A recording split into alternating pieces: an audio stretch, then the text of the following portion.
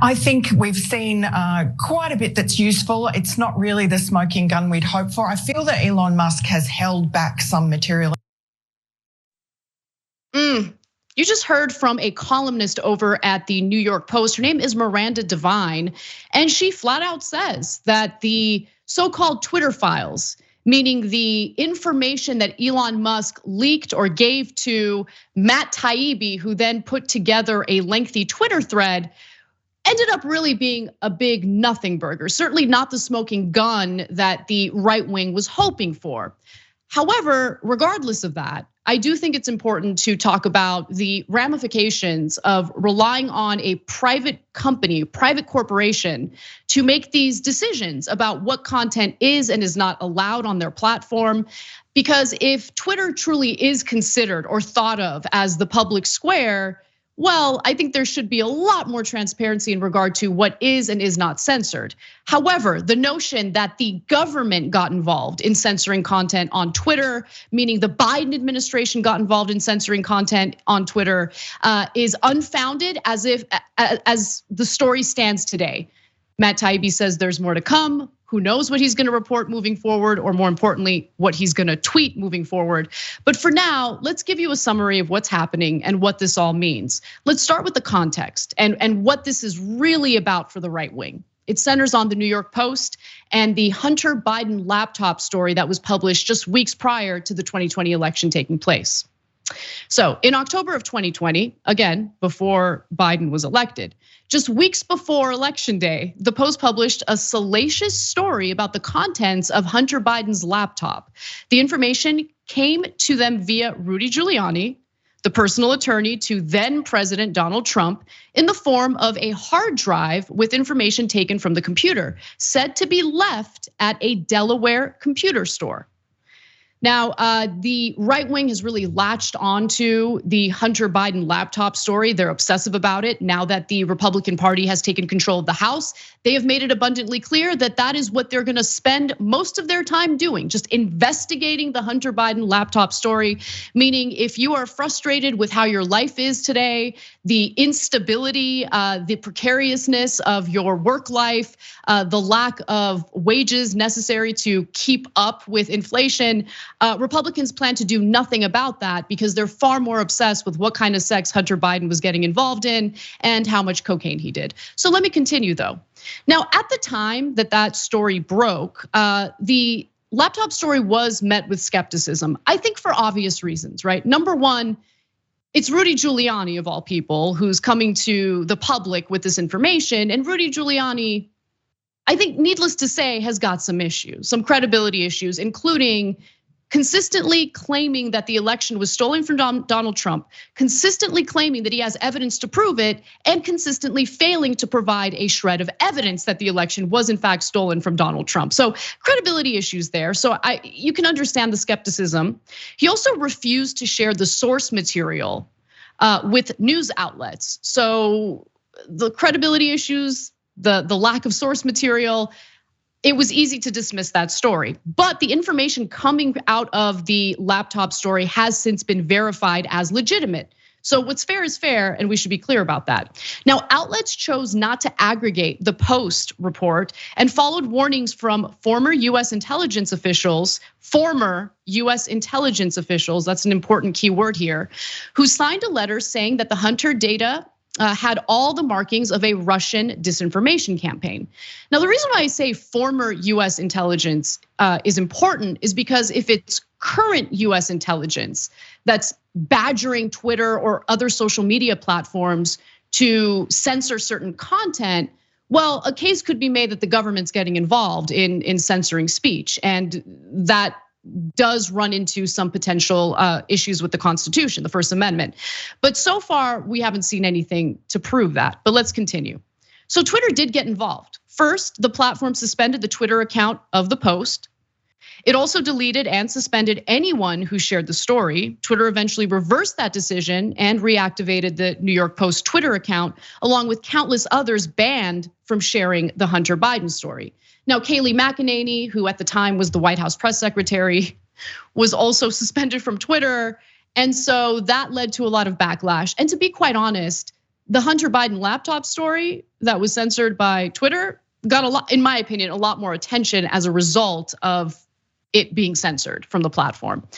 Now, then Twitter's CEO, Jack Dorsey, admitted during congressional testimony that they had made a mistake, and if they could do it all over again, they would have gone in a completely different direction. They would have handled it differently. And here's a part of Matt Taibbi's long Twitter thread on all of this that I think is the most relevant, okay? So he says, slowly over time, Twitter staff and executives began to find more and more uses for these tools. Outsiders began petitioning the company to manipulate speech as well. First a little, then more often, then consistently. By 2020, requests from connected actors to delete tweets were routine. One executive would write to another, more to review from Biden team, meaning his campaign team. The reply would come back handled. Okay, so far we're talking about Biden's campaign. He's not president yet, so the idea that the White House is meddling in free speech is, again, unfounded. And it doesn't matter though, because Elon Musk weighed in on this and he says the following: if this isn't a violation of the Constitution's First Amendment, what is? By the way, further debunking this myth of billionaire meritocracy. Like, have you read the Constitution? Have you read the First Amendment? It's the government specifically censoring your speech. That is what's considered a violation of the First Amendment. That is not what happened here.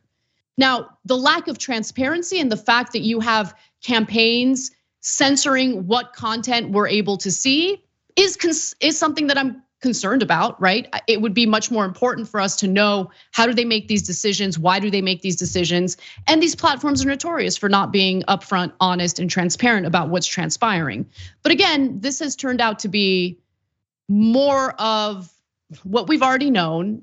And in terms of the smoking gun that the right wing was hoping for, they certainly haven't gotten it. And if they do, they haven't got. If they will in the future, they certainly haven't gotten it yet. Now, it's actually not. Let's go to Taibbi's other tweet, because I think this is a really important part of it as well. This is the 22nd tweet in his lengthy thread where he writes, although several sources recalled hearing about a general warning from federal law enforcement that summer about possible foreign hacks, there's no evidence that I've seen of any government involvement in the laptop story. In fact, that might have been the problem, okay? So no evidence of the government getting involved, but let me continue with the next tweet where he says, the decision was made at the highest levels of the company, but without the knowledge of CEO Jack Dorsey, with former head of legal, policy and trust, the policy and trust Vijaya God playing a key role. Okay, so I just think if it's the government, if it's really like FBI officials, really they're gonna go to lower level employees. They're not gonna talk to the CEO of the company at all. They're not gonna talk to Jack Dorsey at all. I found that a little strange, but let's continue. So the allegation is that the FBI went directly to like these lower level employees who deal with like the content moderation and what is and is not considered safe. Also worth pointing out that it wasn't just the Biden campaign. The Trump campaign was definitely involved as well. Let's go to the next graphic. This is another tweet from Taibbi's thread where he says both parties had access to these tools. For instance, in 2020, requests from both the Trump White House and the Biden campaign were received and honored. Then he says, however, and he provides the campaign donations that went from Twitter, people working at Twitter, to the different parties. And there were more campaign contributions to Democrats as opposed to Republicans. So his argument there is, well, the employees there obviously leaned more Democrat, so there was more favoritism toward the Biden campaign. But nonetheless, both campaigns, meaning both parties, were consistently like contacting Twitter looking for content to be censored on the platform. Now, it's also worth noting that many of the links the Biden team asked Twitter to remove were actually like pornographic links from the Hunter Biden laptop. So embarrassing stuff about Hunter Biden. Again, I think the nature of wanting to censor something draws more attention to it. So, I mean, I saw some of those images.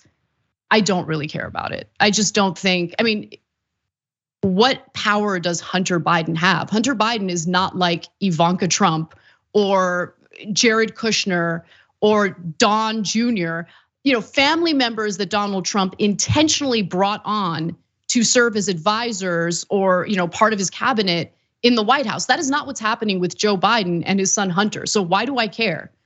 Okay, so the guy had an addiction issue. So do many Americans. Like, why is this such a big deal? And why are Republicans so obsessed with investigating it in the House? I mean, go for it, I guess. I mean, I don't really care. I have no loyalty to Hunter Biden. He's not my daddy. I'm not like right wingers who are like on their knees, like doing what they can to protect and show love to their elite. I don't care about any of that. If there's any wrongdoing, great, investigate him. What do I care? What I do care about is what kind of representation are we getting from our elected officials, people that we elected into positions of power to represent us.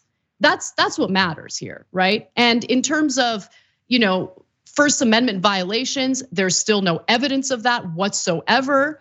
And if you are concerned about a platform as big as Twitter serving as the town square, well, okay, we're seeing some censorship happen right now. When Elon Musk takes over, he has no problem censoring anyone he disagrees with. And I've certainly noticed that on the platform. But when it's kind of painted as a liberal effort, all of a sudden it's not okay.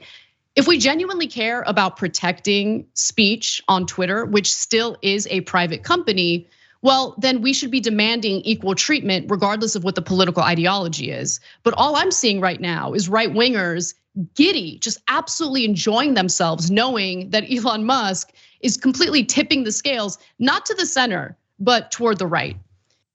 Finally, I do want to go to one more video because I just find it so fascinating how many people on the right, prominent members of the media, have just flat out admitted the truth, which in this case, this is not the smoking gun that they were hoping for, right? So let's go to the last video here. This is Will Cain on Fox and Friends speaking to the laptop repair shop owner about how really there's not much here.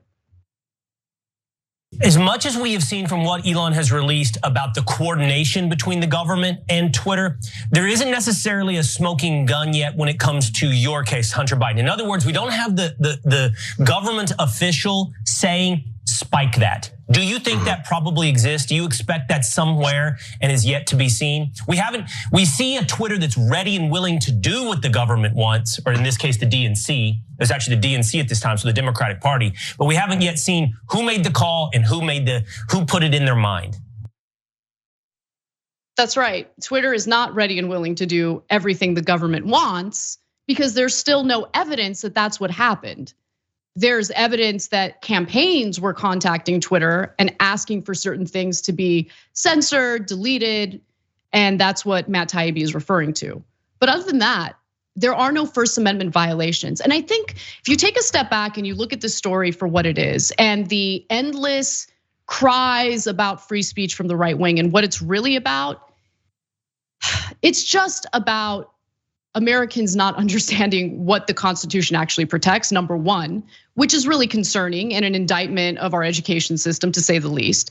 But the second part of it is it's become yet another version of the manufactured culture war, where Republicans will point fingers at everyone else and say that they're engaging in oppression Olympics, that they're always looking to be victims, when in reality, they dominate every conversation about how they're the victims.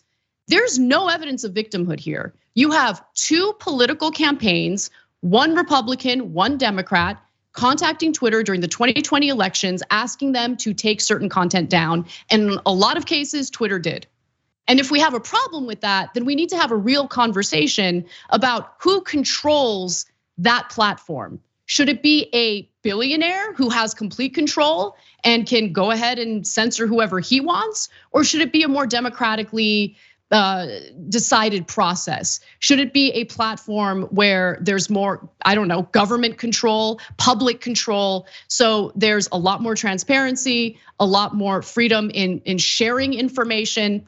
These are difficult questions to answer, but if you're genuinely concerned about free speech, putting all that power in the hands of one billionaire isn't gonna protect your ability to say what you want to say on the platform.